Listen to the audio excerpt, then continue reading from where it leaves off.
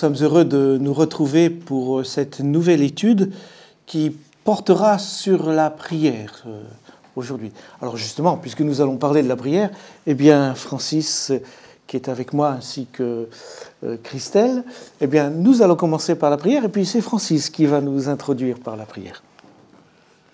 Tendre Père Céleste, nous voulons te remercier encore une fois de plus pour cette occasion que tu nous donnes de parler de ta parole.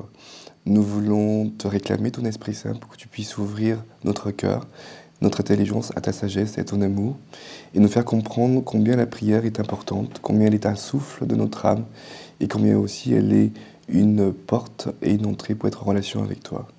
Aide-nous à mieux te prier, aide-nous à mieux te chercher, mais surtout aide-nous à mieux t'aimer. Nous t'avons prié au nom de Jésus. Amen. Amen. Alors, Christelle, est-ce que tu peux, pour commencer, lire dans le psaume 55 ? Psaume 55, et on va lire le verset 18. Matin, midi et soir, je me plains, je soupire, mais il entend mon appel. Voilà. Matin, midi et soir, nous dit ici le psalmiste. Alors on dit « je me plains, je soupire », je gémis aussi. Ce n'est pas forcément une plainte. Certaines traductions disent « je prie ». Le matin, le midi et le soir. Donc les auteurs bibliques ont pris cette habitude de prier matin, midi et soir. Un peu comme les repas. 3 fois par jour. 3 fois par jour. C'est un peu ça. Par rapport à la prière, c'est matin, midi et soir. Donc ça, c'est une certitude dans la parole de Dieu. L'apôtre Paul, dans les Colossiens, au chapitre 4, nous dit qu'il faut persévérer dans la prière. Donc, c'est quelque chose d'important, la prière. Alors, pourquoi la prière peut-elle être si importante ? Alors, il y a déjà une réponse que Jésus nous donne dans Matthieu 26 et le verset 41. Restez éveillés et priez pour ne pas tomber dans la tentation. L'être humain est plein de volonté, mais il est faible. Voilà. Alors, la prière, apparemment, selon ce texte, va nous aider pour ne pas tomber dans la tentation. Parce que l'être humain, il est faible par nature. On a tous notre petit orgueil qui dit oui, pas de problème. Et puis, résultat des courses, c'est pas brillant. C'est pas brillant. On connaît tous l'exemple de l'apôtre Pierre qui dit moi, je te suivrai partout. Puis quand le moment était venu, il a fait partie de ceux qui ont bien couru. Tout à fait. Oui. Voilà. Donc, puis il ne faut pas le blâmer. On ne sait pas comment on aurait fait nous-mêmes. Ce qui est important ici dans notre texte, c'est le fait qu'il nous faut veiller et prier. Alors, qu'est-ce que la prière va nous apporter ? Mais dans ce cas-là, c'est Jésus lui-même qui a parlé. Et en fait, c'est cette connexion avec Dieu qui va nous permettre de ne pas trébucher, en fait. Voilà. Alors, qu'est-ce qu'apporte cette connexion, alors ? La force. Voilà. Pour résister. La force. Mais c'est aussi la protection et la sécurité. Parce que très souvent, le Dieu d'amour se compare à une espèce de poule qui garde ses petits sous ses ailes. Et j'aime beaucoup cette image. Parce que l'espèce de poule, c'est pas très flatteur. En fait, c'est un peu ça. En fait, la poule avec ses ailes et les poussins sont dessous les ailes. Enfin, sous les ailes. L'image est belle. L'image est très belle. Donc, c'est un peu le côté protecteur. Et on sait bien que sous les ailes, il y a de la chaleur. Et la prière, c'est cet élément qui nous donne l'impression qu'on a besoin de Dieu. Donc, qu'on est en danger. Et la poule, par définition, elle peut faire n'importe quoi quand ses petits sont en danger. Donc ça veut dire que tant qu'on est sous la protection de Dieu, sous ses ailes de Dieu, par la prière et par cette connexion, parce que c'est quand même un Dieu de relation, donc il veut que nous soyons aussi en relation avec lui, on n'a en principe rien à craindre. Voilà. On raconte l'histoire justement d'une mère poule qui avait protégé ses petits alors que le poulailler était en flammes et qu'elle s'était couchée sur eux et qu'elle est morte brûlée, mais on a retrouvé les poussins vivants dessous. C'est magnifique. Hein? Donc c'est une histoire, paraît-il, vraie. Hein? Alors voilà, Dieu est un Dieu protecteur, un Dieu qui donne la force. Cette communion avec lui, cette relation avec lui, cette connexion avec lui fait qu'il va y avoir une puissance qui va nous permettre d'être plus forts que la tentation. C'est parce que la parole de Dieu nous dit que c'est la vie du Christ qui vient en nous. C'est la vie du Christ qui nous donne cette possibilité. Et là, Jésus l'a dit quand il était à Gethsémani. Donc c'est un moment crucial où il savait de quoi il allait mourir, de la croix du calvaire. Et s'il l'a dit à ce moment-là, c'est que c'est par sa communion, cette connexion avec Dieu durant ce moment-là qu'il a permis d'aller jusqu'au bout. Tout à fait. Et puis, il savait aussi par quelle tentation énorme allaient passer les apôtres avec son arrestation. Et il savait que ces hommes avaient besoin de savoir qu'il était là. Justement, quand il était, ce que disait Christelle par rapport au jardin de Gethsémani, il disait à ses disciples, mais veillez et priez. Mais eux, ils étaient tellement fatigués, ils étaient tellement endormis, qu'ils n'ont pas compris la nécessité de prier, parce qu'il fallait qu'ils se protègent contre le dénouement qui allait effectivement tomber sur eux. Et la prière était cette sauvegarde. D'ailleurs, il le disait, j'ai prié pour vous, pour justement que Dieu puisse garder votre foi. Donc ça veut dire que c'est très important de pouvoir prier, parce qu'on est affaire à une présence maléfique, toujours dans le conflit cosmique, et qui est là pour nous enlever loin de Dieu. Donc si on ne prie pas pour demander à Dieu notre protection, il ne peut pas agir contre notre volonté. Parce qu'il nous laisse des hommes parfaitement libres, avec un libre arbitre total.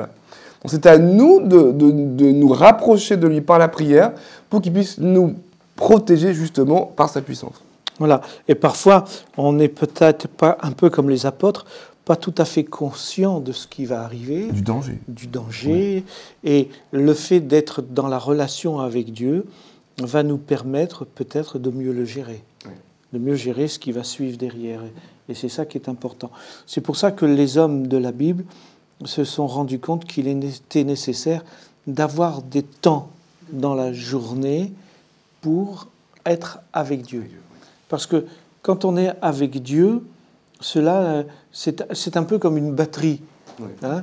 On est chargé un peu, puis bon, si on vit sans trop se préoccuper de l'éternel, ça se décharge en quelque sorte, et il est bon d'aller recharger de temps en temps les accus. C'est une image, bien sûr. Hein? C'est un peu ça.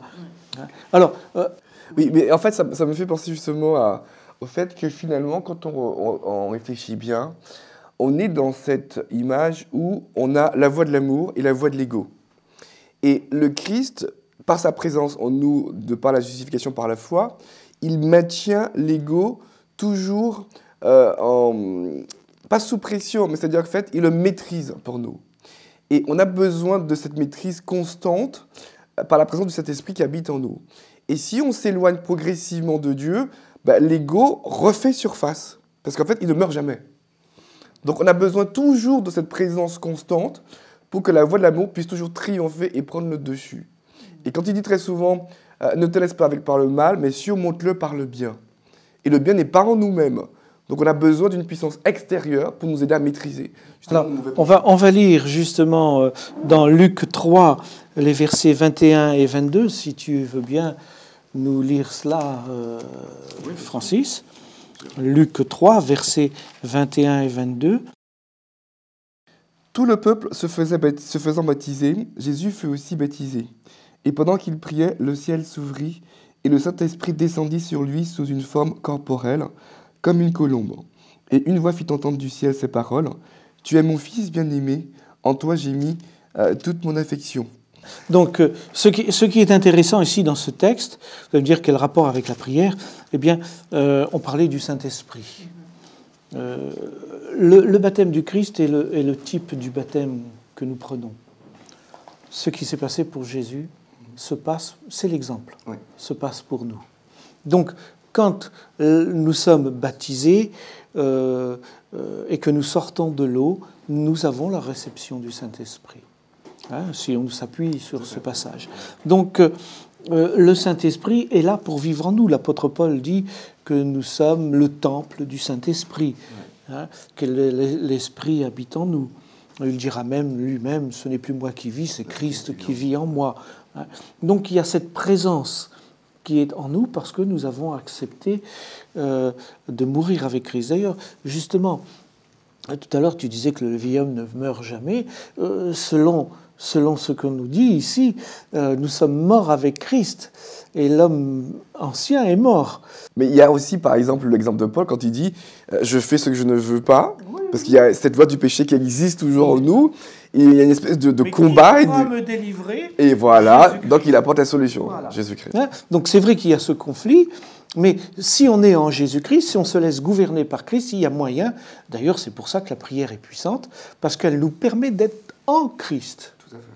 C'est quelque chose, on parlait tout à l'heure de la puissance, de la force, de la protection. Eh bien, par la prière, je reste dans cette communion, ce qui fait que cela laisse le vieil homme mort. C'est cela qui est important de comprendre. Maintenant, la prière, c'est quelque chose d'important pour Dieu. Pas simplement pour nous, pour Dieu aussi. Pourquoi ?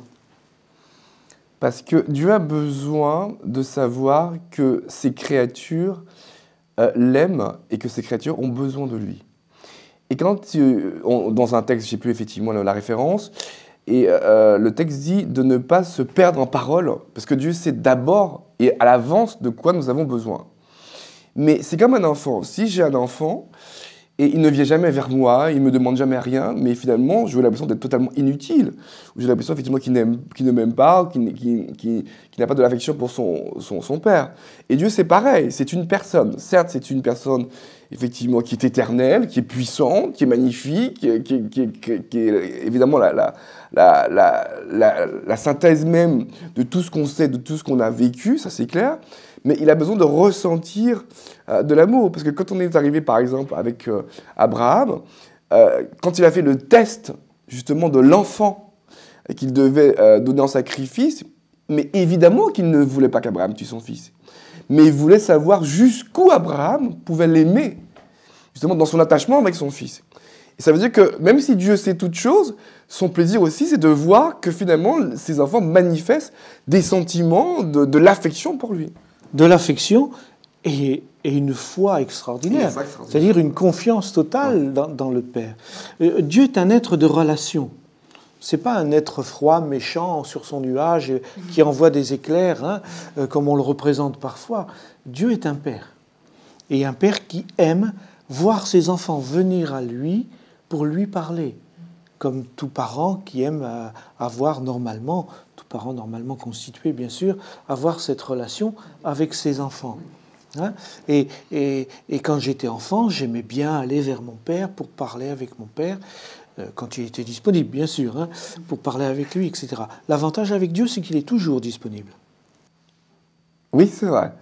Mais à partir du moment où on est conscient de cette disponibilité et où on n'a pas peut-être cette honte d'aller vers lui, quel que soit l'état dans lequel on est. Voilà, c'est à nous d'avoir la disponibilité. Ouais. Hein ? Et nous-mêmes, c'est vrai que Dieu aime quand nous venons à lui, mais en tant que créature de Dieu, nous avons ce besoin en nous. Nous sommes des êtres relationnels, et c'est vrai que ne pas parler à Dieu, c'est comme si on est tout seul. Voilà. Donc je pense que la prière, c'est aussi Dieu qui prend plaisir à ce que nous venons à lui, mais nous aussi nous prenons plaisir, ça nous rend joyeux de parler à notre Créateur, puisqu'il n'y a pas de barrière, on peut directement parler à lui et c'est un privilège. Tout à fait, et c'est pour ça que c'est important. Dieu veut être notre Père, mais il veut aussi être notre ami, et on a du mal à considérer qu'on a quelqu'un comme un ami avec qui on ne parle jamais. Oui, parce que quelque part, quand on est dans une relation, quelle qu'elle soit, hein, qu'elle soit avec son père, son ami, son frère ou sa femme ou son mari, inversement, on a besoin de communiquer pour que la relation puisse se construire. Très souvent, quand deux personnes qui vivent ensemble ne se parlent pas, mais il n'y a rien qui se passe. C'est-à-dire que je ne sais pas ce qu'elle pense, elle ne sait pas ce que je pense, ben, la communication est morte. C'est-à-dire que la vie même dans le couple, dans la relation, n'existe pas, parce qu'il n'y a pas d'échange. À partir du moment où on ouvre la bouche et on dit « Ah oui, mais j'ai pas aimé ça » ou « Oui, j'ai bien aimé ça », ben, ça fait toujours plaisir. Et là, la vie peut commencer à naître. Et la relation peut commencer aussi à grandir et à s'épanouir. Donc la relation n'existe pas sans communication entre deux êtres. C'est mathématiquement impossible. Pour preuve, un enfant, quand sa mère ne lui parle pas, et il y a des scientifiques qui ont fait une expérience, ils ont laissé un enfant tout seul, ils lui ont donné à manger, à boire, sans qu'il y ait de contact affectif, l'enfant a fini par mourir. C'est terrible, ça. C'est terrible. Donc ça veut dire que dès la base même de la vie, on a besoin d'être en relation avec l'autre. On a été créé pour ça. Ce qui est extraordinaire, c'est de voir que cet être tout-puissant, le Créateur, celui qui a tout fait, tout créé, est capable de se mettre à notre niveau pour nous écouter. Et il aime cela. Il est comme un papa qui aime nous prendre sur ses genoux.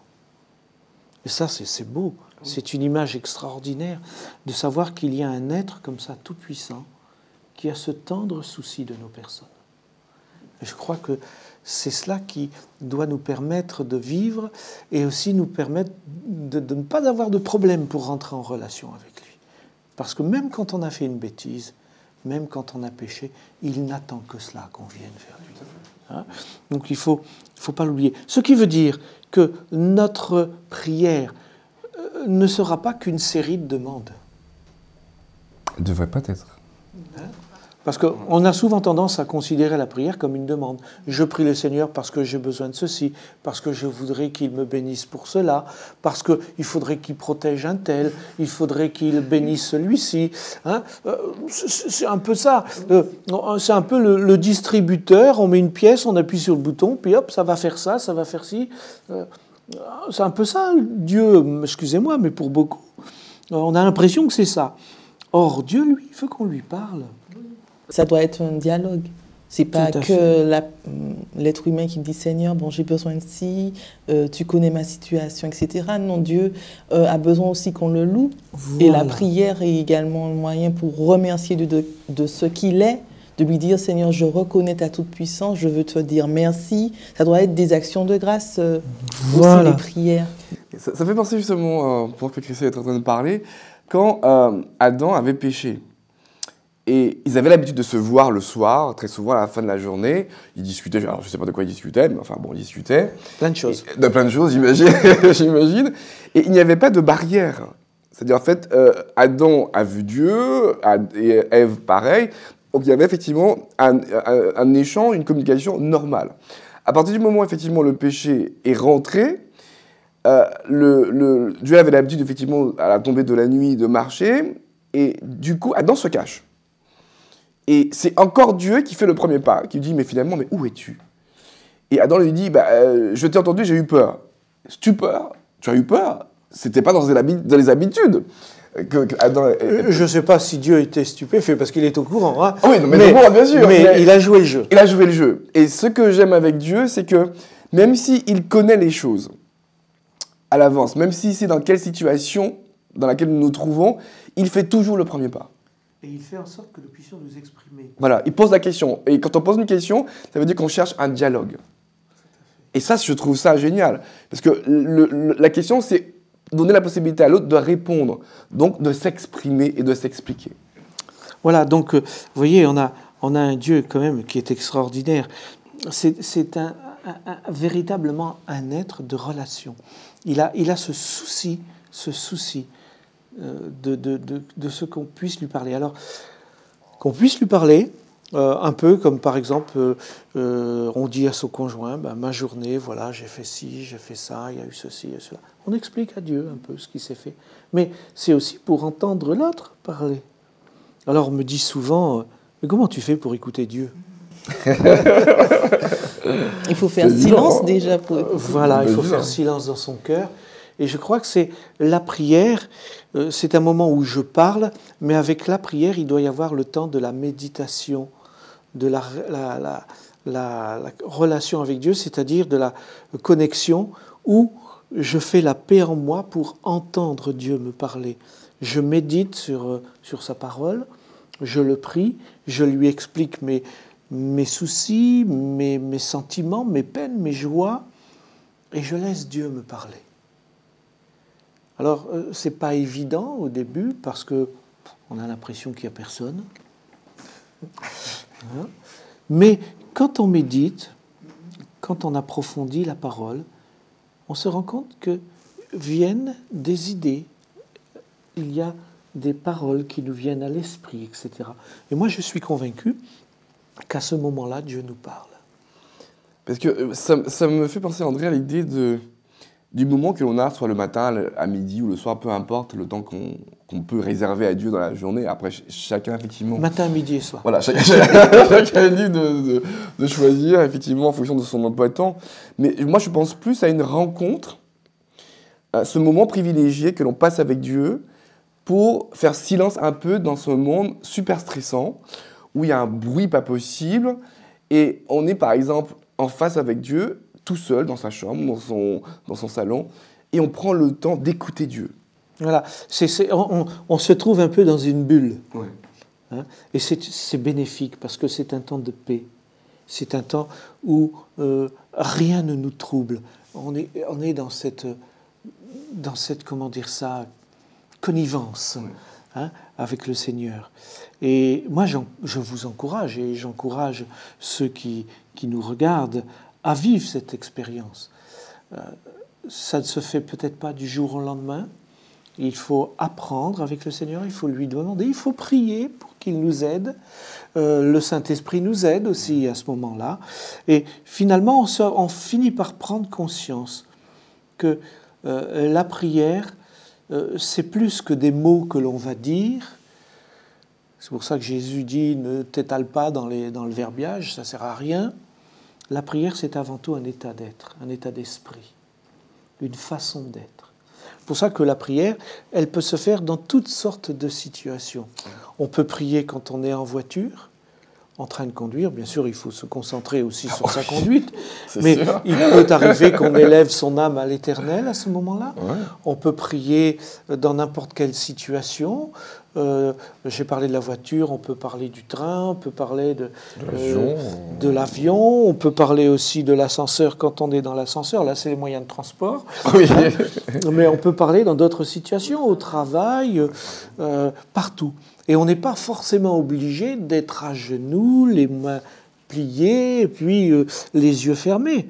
La prière, c'est un état de relation avec Dieu. Alors que l'on ait ces moments-là à genoux, ça, c'est autre chose. C'est pas contraire. Hein, on voit que le prophète Daniel l'a fait. Il le faisait.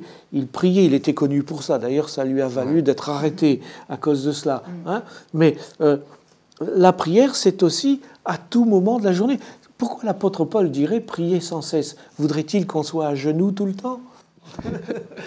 Pas forcément, mais je pense qu'on a malheureusement très souvent eu dans notre enfance, dans notre éducation, des espèces de clichés où il faut avoir une position pour prier, il faut dire telle chose, sinon on ne sera pas agréé de Dieu. Je pense que la prière, ce qui, de mon point de vue, est le plus important, c'est la sincérité.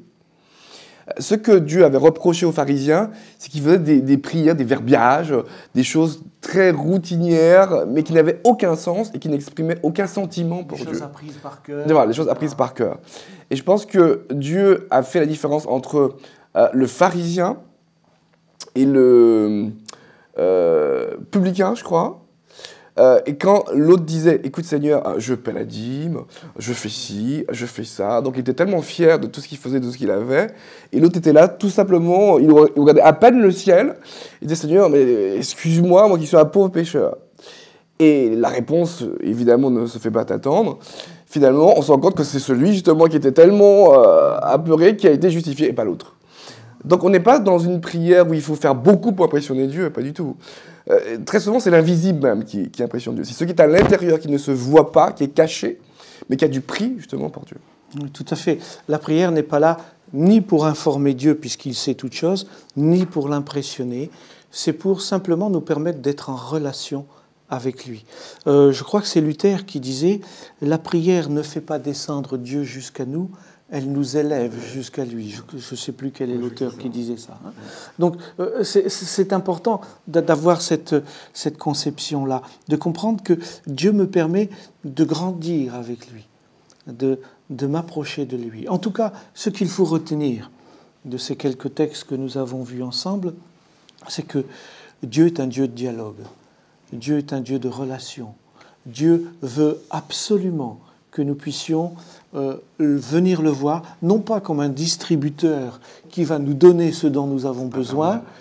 Ce n'est pas le Père Noël, effectivement, c'est le Dieu, créateur, tout-puissant, mais il aime à ce que nous le rencontrions pour avoir un véritable dialogue avec lui.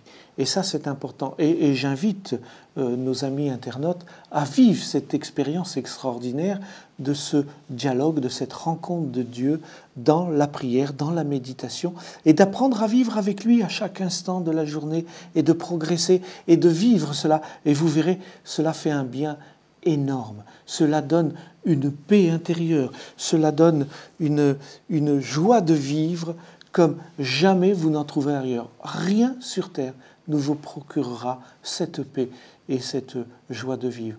Et je prie pour que ceux qui nous écoutent puissent goûter à cela. Que le Seigneur vous bénisse.